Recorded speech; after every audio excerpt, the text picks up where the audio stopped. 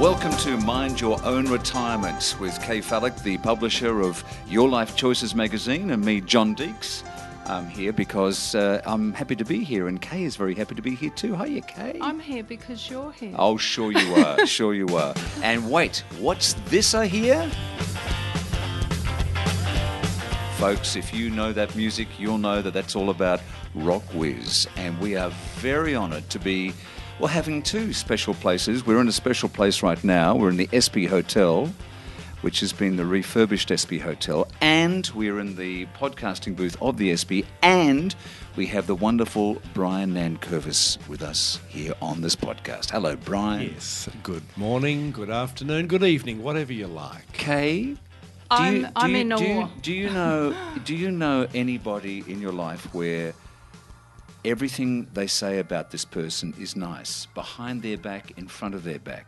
Do you have somebody like that? Yeah, you know? yeah. Because this man sitting opposite is exactly that.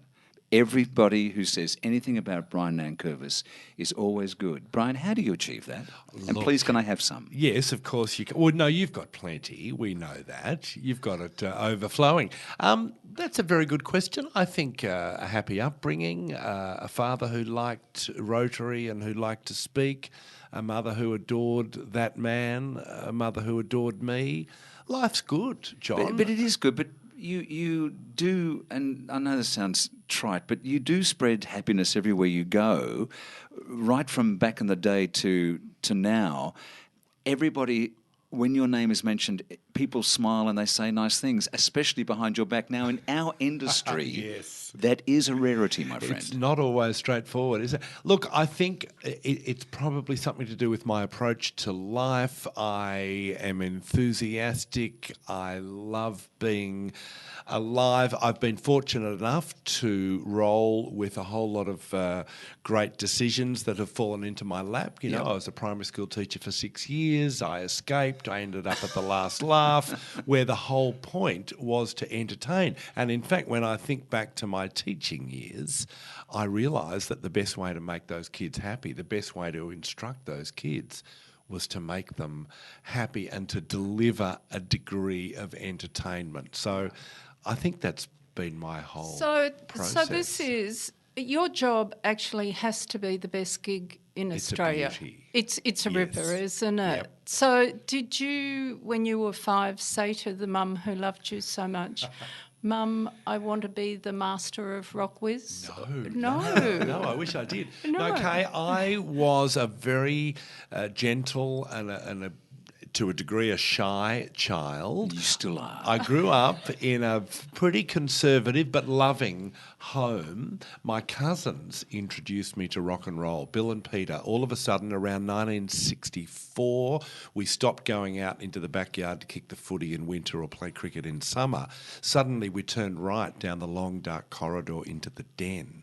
And in the den, they played me Rolling Stones music. Oh, my God. Nothing else. Oh, my God. Maybe a little bit of Bob Dylan, no Beatles. I asked them one day, what about the Beatles? And they... It's a bit like Holdens and Fords, isn't it? It's right. Did you grow up on the Beatles? Did you grow up on the Stones? Yes. And so to a young lad from North Balwyn who came from a very, as I say, a sheltered background, there was not a lot of music, there was not a lot of art, there was a lot of love. But this was a whole new world. It was a revelation. It was a revelation. I can feel Thumping Tum coming on here. Oh, the Thumping Tum, a little bit before my time. Right, you were too young. Just a bit, but my cousins used to go to the Thumping Tum. Oh, I'm glad you brought that up. That's an oldie. And the Much More Ballroom. I was a little bit more, much more, the Reefer Cabaret, that sort of thing. So this whole world excited me, and I think it was a revelation.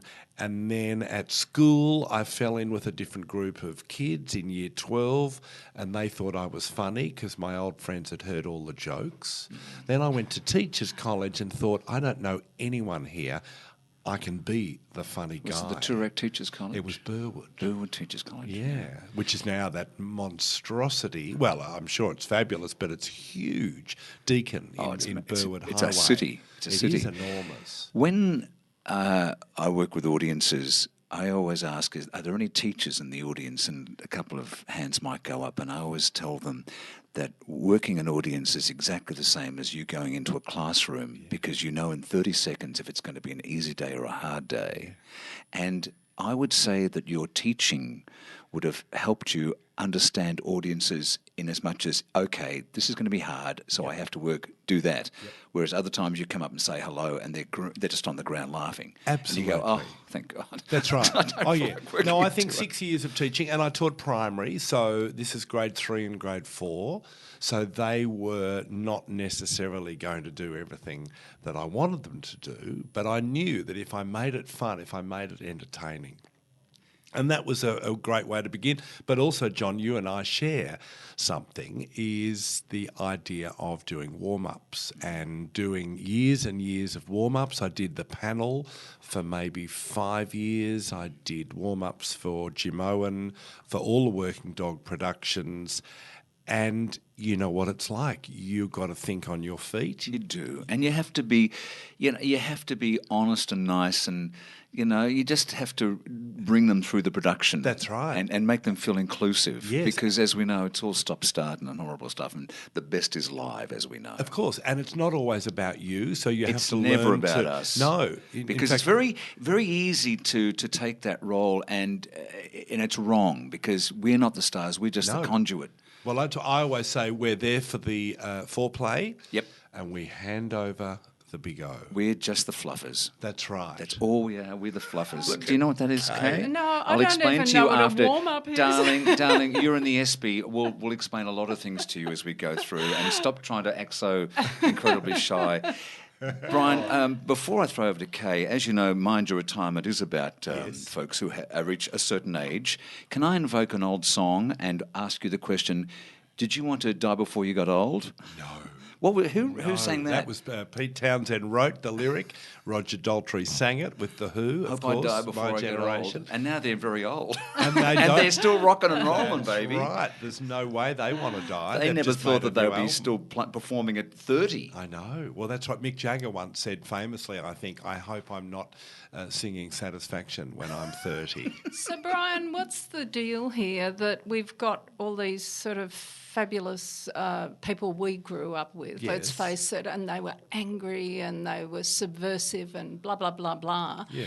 And they're still travelling around the world stocking up their superannuation, if you like, Yeah. and performing. So what keeps... Hello, Kiki D. Sorry. What keeps them going? What keeps you going? I think it's probably a love for the art form. I mean, you look at the major artists, the Rolling Stones, Paul McCartney, and Ringo Starr, who are still left from the Beatles, Bob Dylan. They were the giants of music in the early to mid to late 60s. They're still doing it because people want to hear what they're doing. Those hits were such a part of the fabric of our lives, but they still love it. It's their art form. It keeps them young. It's dare what we they say. do, and I would think so. Yeah. I mean, you look at Mick Jagger, and he keeps himself incredibly healthy. Yep. And he does so much to look after himself, so he can get up on stage and rock and roll all night, as opposed to Keith. What is the deal with Keith Richards? Yes. I mean, the old gag about cockroaches and Keith Richards will be the last things left on earth In after fact, the someone apocalypse. the other gag was we need to think about what sort of world we're going to leave for Keith Richards. Well, Keith is remarkable. He's one of those people who has... I think he's cleaned his act up. He has. A little in He the has. last 5 years.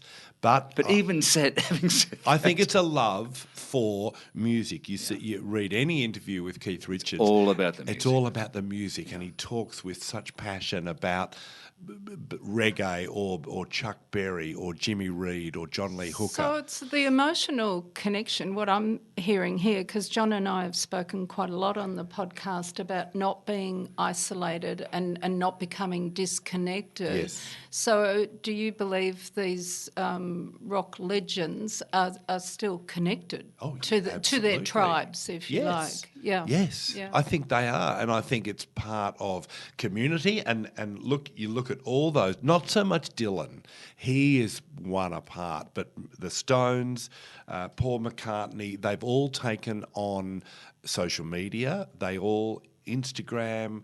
They're heavily involved in Facebook. I mean, I follow Ronnie Wood. It's nuts. You know, I wake up in the morning and I check my Instagram and there's Ronnie filming himself drawing the set list or filming himself arriving at the gig. So he's a good artist, actually. he's an incredible artist. But I think it's very smart that they have maintained connections with their audiences. Look at Paul McCartney going on that James Corden show.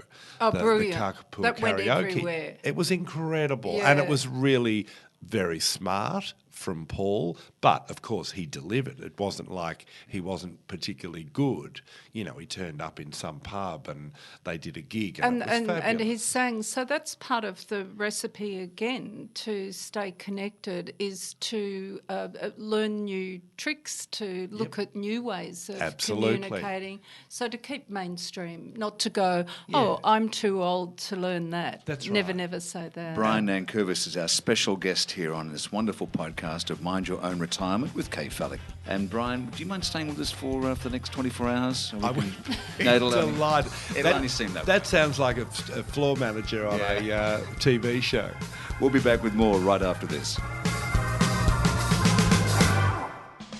Folks, I'd like to talk to you about Your Life Choices Pension Checker.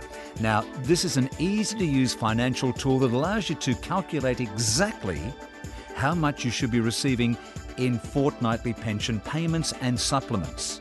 It's very well priced at just $29.95 per year. Visit pensionchecker.com.au and make today the day you take control of your income with Your Life Choices Pension Checker. Welcome back to Mind Your Own Retirement with Kaye Fallick, the publisher of Your Life Choices magazine. And we're joined by the wonderful Brian Nankervis, me, John Deeks, with both of these superstars in the studio this morning. And we're going to actually tell everybody where we are, Kaye. Where are we? We're at the SB Hotel, and We're taking it on the road. We're taking the show on the road. Isn't this? Did you ever spend much of your youth here at the SB? My misspent youth? No, never. Oh, darling. No, Guess darling. what? Feel that? Yeah, the Carpets ain't sticky no more. Squelchy carpets. It's all very la-di-da here, isn't it, Brian? How much time have you spent here, son? I've spent a lot of my life in this particular building. Yes, of course, RocKwiz was recorded in the Gershwin Room. But also I spent a couple of years here with Paul Hester, the late, great Paul Hester. Yeah. Hessie's Shed was recorded in the Gershwin Room. Oh, right. And SB Comedy was here every I think Tuesday night. That was the reason why we loved your show so much, because it had that reality. It wasn't in a sterile studio. It was here and you could smell it. Rough and ready. It was rough and ready, exactly. Now, we've got a couple of things we'd like to get on to about money, honey. Well, it's Ain't about that money. damn thing funny. It's money, but it's actually retirement. I'm just thinking music now. I'm hearing money and, Would you like to sing us in? No, I'm not. No, we haven't got the money. Because we don't want pay you for to the- either. Timing your retirement, John. Now, you're not retired, nor am I, and nor is Brian. How do you know the right time to retire? How do you know? Well, how do you know, Brian? How do you know the right? We never want to retire, do we? No, I can't imagine It's not, ever it's not because we're not retiring. working. Although I did run into someone yesterday, the brother of someone that I used to work with quite regularly, and he was about, I think he's 64, a year older than me. And I said, "What are you up to?" And he said, "Well, I've retired." And I said, "Yeah, how's it going?" He said, "Oh, it's not great. I don't know what to do with myself. I'm bored. Home doesn't feel right. There are tensions with the partner." Yeah. And I said, "Well, for me, I have been semi-retired for the last 35 years. In other words, when you work as an entertainer, you have good times and bad times, and you learn to manage the downtime. And I'm pretty comfortable with a lot of leisure. And I reckon if I ever do retire, not that I want to, I feel like I'll be ready for it. But I think for someone who is worked in a very, very strict working regime all their life, it would be a real shock. Yeah, that's true. Well, I listened to a talk years ago about a very smart lady from Canada who described retirement as a lifetime of Saturdays. And she was saying to her audience, be prepared. And we've put together a quiz on the website, which has got about 40 questions, but they're grouped into things around your health, whether your health's in good shape. Because if it's not, don't think you're about to live the life of Riley. You're just going to line up for a lot of doctor's appointments. The money, look, we've talked about that before, and that's not actually the point of this discussion. But Brian's brought up the significant other. Have you actually sat down and spoken to that special person, if you're lucky enough to have one in your life, and said, what do you want? Is it mutual? Because often people leave the workplace, sometimes unexpectedly through retrenchment or health, but they've never actually asked that other person. Planned with that person as what the next stage will be. What are your dreams? What do you want? What do you want, John? I want to keep doing what I'm doing because this is not work. So I'm really the wrong person to ask. There you go. Let's ask a professional, Brian Nankervis. Someone who is, well, my brother, for example, he's been teaching for 34 years, and he is coming up towards retirement, and he says, I can't even begin to imagine not having that incredible inspiration that he gets through kids, through teaching, through learning, new kids. He said, I don't want to retire. So wouldn't he look to doing work in the what is it, the third age university? Yes, university of the third age. Because he obviously loves to teach. That's right. But also I imagine, look, there must be certain situations where physically if you don't feel that you are doing a good job, presumably you mentioned money before, but if you're comfortable, well, that would ease the matter. But, look, I don't know. But you're right, Kaye, about this idea, of someone else, the significant other in your life. Do you want me around getting in the way? And quite often the answer is no. Thank you. Yes. It's twice as much husband on half the income as the cliche. Just in terms of your brother, because I can't help myself, a lot of successful retirements are very connected to a transition. Good teachers will often locum teach. My mum worked in a school. She went in as the admin lady when people went on holidays or long service leave. So if you plan carefully, you cut back your hours if you're lucky enough to have that kind of job, and you hold the 2 days or 3 days while you get used to being with significant other or developing hobbies. But the best time to develop a hobby is now. And Kaye and Brian, I reckon the most important thing is to feel needed and relevant. Yes. And you were talking about how the Mick Jaggers of this world stay on social media. They want to stay relevant. They want to stay not, remember him. It's like, well, actually, they're still now and they bring new audiences in. Yeah. And when you do retire, you want to stay healthy. If you can get a little bit of income, fantastic. Nice.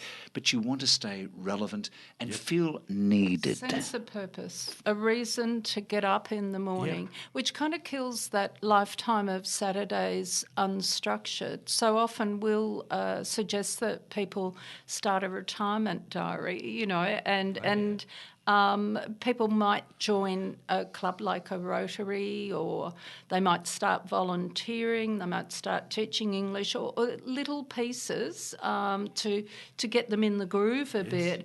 And also mentoring. Brian, I don't know, but I'm really enjoying mentoring people through now because, I've I'm fortunate that, I'm okay financially. I'm working. It's good. But now I love helping others. Yes. And it's wonderful. It's so satisfying, isn't it? I bet. Yeah, well, you must do that. People come to you and say, could you help me? I'd like some inspiration and some help as far as getting into the business. How did you get in? Yeah, and absolutely. Even things such as that, and feeling comfortable within yourself to give those people. Yeah. Well, I've been at the ABC for the last 4 years doing a show every Friday called the Friday Revue, and the ABC are very, very good at welcoming young people to work as interns. Oh, great. And to have them around, it really does, it fires you up, it inspires you, but it really keeps you on your game, because you think, they're watching me, they're expecting some sort of leadership, or they're expecting to be set some sort of example. And so it keeps you honest. And that's the critical point to the whole thing, that you stay in touch with the next generation and the one after that. Mind Your Own Retirement is what you're listening to. It's a podcast with Kaye, the publisher of Your Life Choices. We have Brian Nankervis, the wonderful Brian Nankervis, in the studio with us. We are broadcasting from the SB Hotel in the podcast studio. And we'll be back after this break on Mind Your Own Retirement with travel. And it's Leon. Wonder where we're going. Folks, I'd like to talk to you about Your Life Choices Pension Checker. Now, this is an easy-to-use financial tool that allows you to calculate exactly how much you should be receiving in fortnightly pension payments and supplements. It's very well priced at just $29.95 per year. Visit pensionchecker.com.au and make today the day you take control of your income with Your Life Choices Pension Checker. Welcome back. It's Mind Your Own Retirement. Kaye is here. Brian Nankervis in the... Why not? Why not, Why Brian? wouldn't I be Why here? not, Brian Nankervis? At the SB. Isn't it lovely here at the SB? Brian, I've not been here since it's all been groovied up. Look, I think they've done a remarkable job. Can I mention your name at the door to get in? Of course you can. It may not help. No. It may have the reverse. But I am delighted. I just actually arrived and realised that I'd left my bike lock at home. I snuck my bike in, and one of the staff here your family saw me, gave me a little wink and said, why don't you put it in the Gershwin room? Oh, your family. So I had a little wander. There should be a Brian Nankervis room. Yes, wouldn't that be good? There will be. I'm starting a petition. Please. Have you been travelling recently? Of course, always like to travel. Where was I last? I went. I had 24 hours on Mount Hotham. Ooh. I went to the Gold Coast for the Logies. I did the warm up for the Logies. Did John. you? That is the hardest gig. Yes. That's a whole other segment. Let's not go there. But mate, I salute you for doing the Logies because I've done that, and that is a tough gig. Let's talk travel. And hey, who's this, Kaye? It's Leon, our travel editor. In live. I've never seen him in person before. We resurrected him. He's a very handsome rooster, isn't he? Oh, he's gorgeous. I thought he'd be some crotchety old bugger no, in the office, no. but he's we very only handsome. do young hot men in our office. Clearly. Yep. Welcome, Leon. Once upon a time you wouldn't have been able to see me blush, John, but today you can. Well, that's fantastic. And what do you bring to the table on this podcast of Mind Your Own Retirement, my friend? Well, 'tis the season for sickness, so... Good on you. Well, what have you brought? So I thought I'd just bring the tone of the show down a little bit, and talk about how not to get sick when you travel, because that's the first way to ruin a good holiday, isn't it? Getting sick on the first day. I saw, was it Beyonce? No, it was a supermodel. I love that word. And she said every time she gets on a plane, she puts on her rubber gloves. No, settle down, Kaye. Settle down, Kaye. Puts on rubber gloves, gets out a sanitizer wipe, and puts down the tray, which she'd be in business, and wipes everything down, everything that she could possibly touch, then puts it all away, and then when they're coming into land, she puts on the face mask because the change of pressure and things start to... And she said, and people look at me and I go, I couldn't care less because that's how I stay healthy, because I fly so much. Leon, over to you. Well, I sort of share that theory. I catch public transport every day, and I don't usually get sick, I think, because the immune system is bolstered. But having said that, there is merit to her methods. I do think that, the dirtiest places on the plane are the trays and the seatbelt. So who cares what you look like? Give it a bit of a wipe, I don't want to arrive sick or, the first 3 or 4 days of my holiday sort of ruined because I looked like an idiot wiping down the tray on my plane. So you're a wiper, Leon. I am a recently converted wiper, yes, Brian. Thank you. And I fold, I don't scrunch. No. That's a different story. I think, look, let's just try and stay healthy. Before you go, we'll talk about before you go. We've skipped ahead to the plane. Yeah, but, you go.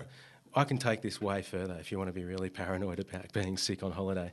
And to be honest, there's only one tip that I'll really give that I reckon since I adopted it, I've never been sick on a trip, especially on a plane, whereas I used to sort of pick up those little lurgies. But anyway, the best thing to do before you go is check on Smart Traveller.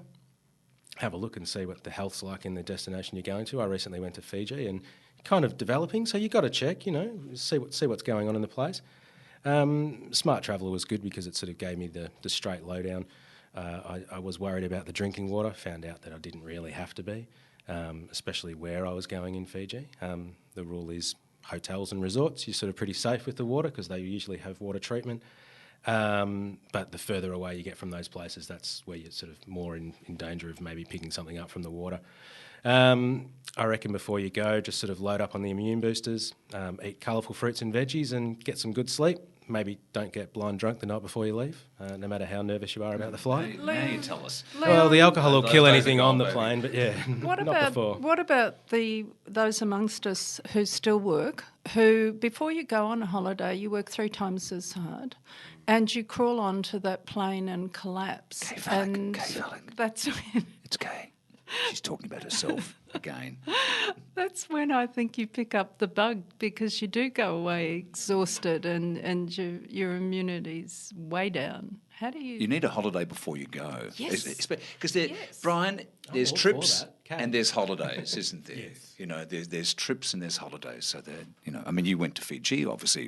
It was a working bee, but it was, I hear about a lot of people getting sick on cruises, and a lot of our listeners to Mind Your Own Retirement will be taking cruises. Yeah, that's What about being well on cruises? Look, the same rules of thumb that you probably get a bit lazy about at home apply to cruise ships. Keep your hands clean, wash them, use the sanitisers. Maybe don't touch the food with your hands, use the tongs and things like that. Don't lick the floor. I think if you're really paranoid, maybe steer clear of the buffet. And order off the menu. But you know what? You only really sort of hear about the outbreaks. Hundreds of cruisers leave port every day and, 1 in 300 there might be some sort of outbreak or something. I don't know the numbers off the top of my head, but they're pretty good. They're pretty clean. You hear about it because it makes good news, but practice all your sort of normal hygiene sort of stuff at home and that you should on board, and you'll be good. And crucially, I would imagine, be healthy to start with. That's right. So if you go into a cruise or a plane flight healthy, chances are you'll fight off any little bugs that may be lurking. It's got to help, hasn't Absolutely, it? Yeah, I would have thought. I look after myself a lot more when I'm away now than perhaps I would have in the past, especially the people that I would have associated with who would have maybe cared to party harder than I. Yeah. And so you do have to look after yourself, don't you, Kaye? Now, you're about to go on a trip. What are you doing for yourself? Well, I'm going to Byron Bay for 4 nights to get ready for my trip to Italy. Oh, so you're going to rehab up there, or no? What are you doing? But I might lose some weight. No. I'm going to be with my family for 4 nights, and then I'm heading off. I think not being overtired, but the point you just made, John. Look after yourself. So people on cruises, when they see that buffet, you actually don't have to eat everything in front of you. You don't. You don't need to come off groaning with excess weight. Get up and have the morning walk because you're somewhere amazing and you haven't been there before. So combining health with new places, easy. Common sense, I guess, Leon, would be one of the biggest things, wouldn't it? Common sense. Absolutely. you tend to go a little bit nuts when you go on holiday, and like Brian said, if you're sort of practicing your normal health routines, or sometimes people go away and they eat more healthily when they're away than they do at home. Well, it's a mindset, maybe reversing that's probably the better call, but just being sensible. I mean, full disclosure, I haven't had all of the vaccinations and things you're supposed to have, and so far so good. There's no wood here to touch, but I haven't fallen ill because I'm pretty sensible, and I mean that just goes for everyone. Just be sensible. But if you go to a developing country, if you went to a Thailand or Cambodia or Vietnam, presumably you'd have vaccinations. Well, yeah, I think that's where you're rolling the dice, especially from the Sierra Leone. I think waterborne, it's airborne. It's sensible not a to discussion. get the vaccinations. Of course, you have the vaccination. You must. Last time we spoke, you'd just come back from Fiji. Yes. Where are you off to soon? I'm off to Canada. Next You month. won't need anything for there because they're terribly nice and they won't give you anything. I mean, the water's supposed to be pretty good too. Yes, it is. There's a lot of You're not going Not to sure about the beer, though. Nova Scotia or over to the other side to Gander. Gander. No. Yeah. Have you seen that play? I have. heard about it. Come we were talking from about it. away. We Yeah. reviewed it. How Did good you? is it? How good is I it? loved it, and I was in tears Yep. from the opening moment. Yep. Richard Piper as the mayor.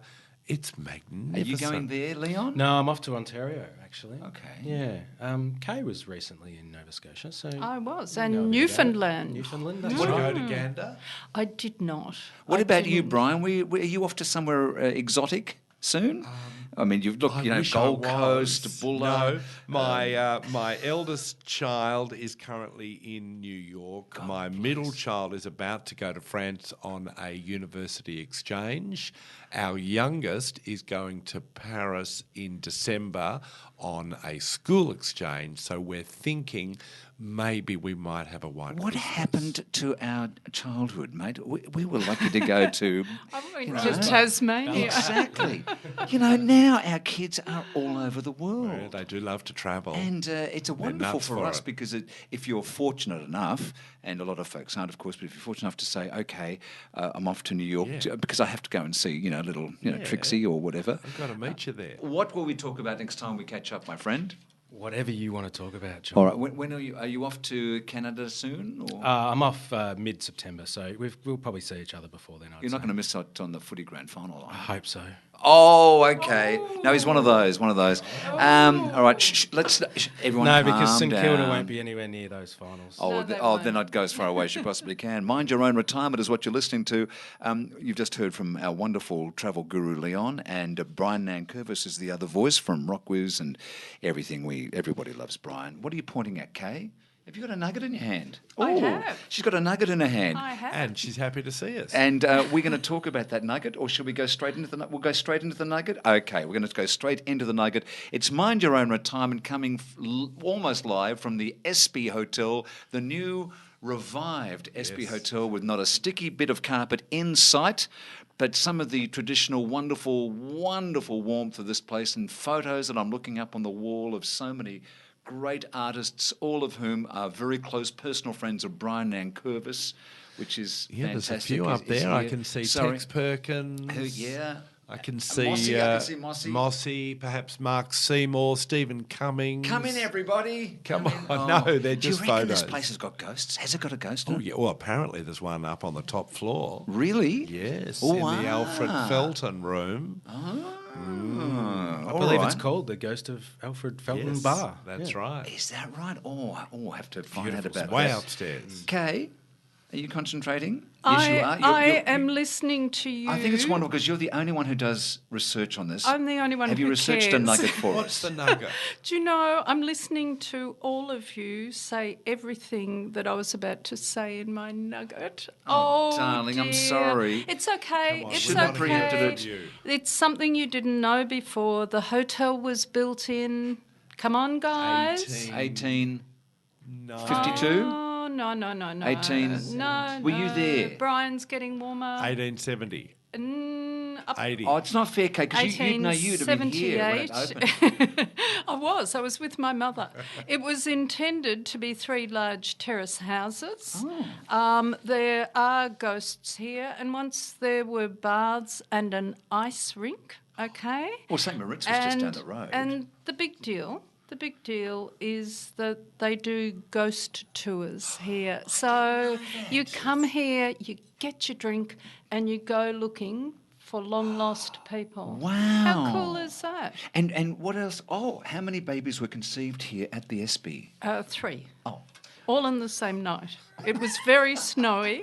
John's making this rubbish up, really. I mean, I think it's time we went. Oh, sorry. Don't you? Well, I'm sure. Look, there was a lot of shenanigans back in the day. Oh, I'm getting the wind up from the producer. Yes, you are. Oh, dearie me, it's gone. I've got my back to him. Can we say one more thing? We can. That Brian has a RocKwiz show Yes. at the museum. What? In Melbourne. Yes. On the August the 23rd. Fabulous. And it's a very special RocKwiz show because it's just myself and the band. Julia, I'm there. the wonderful I'm there. Julia, will be overseas, but we thought, let's try something a little different. Will Dougal be there? Where is it at? At the museum, the Melbourne Museum. It's part of, there's an incredible exhibition there called Records and Revolutions, which looks at sort of cultural movements between 1966 and 1970.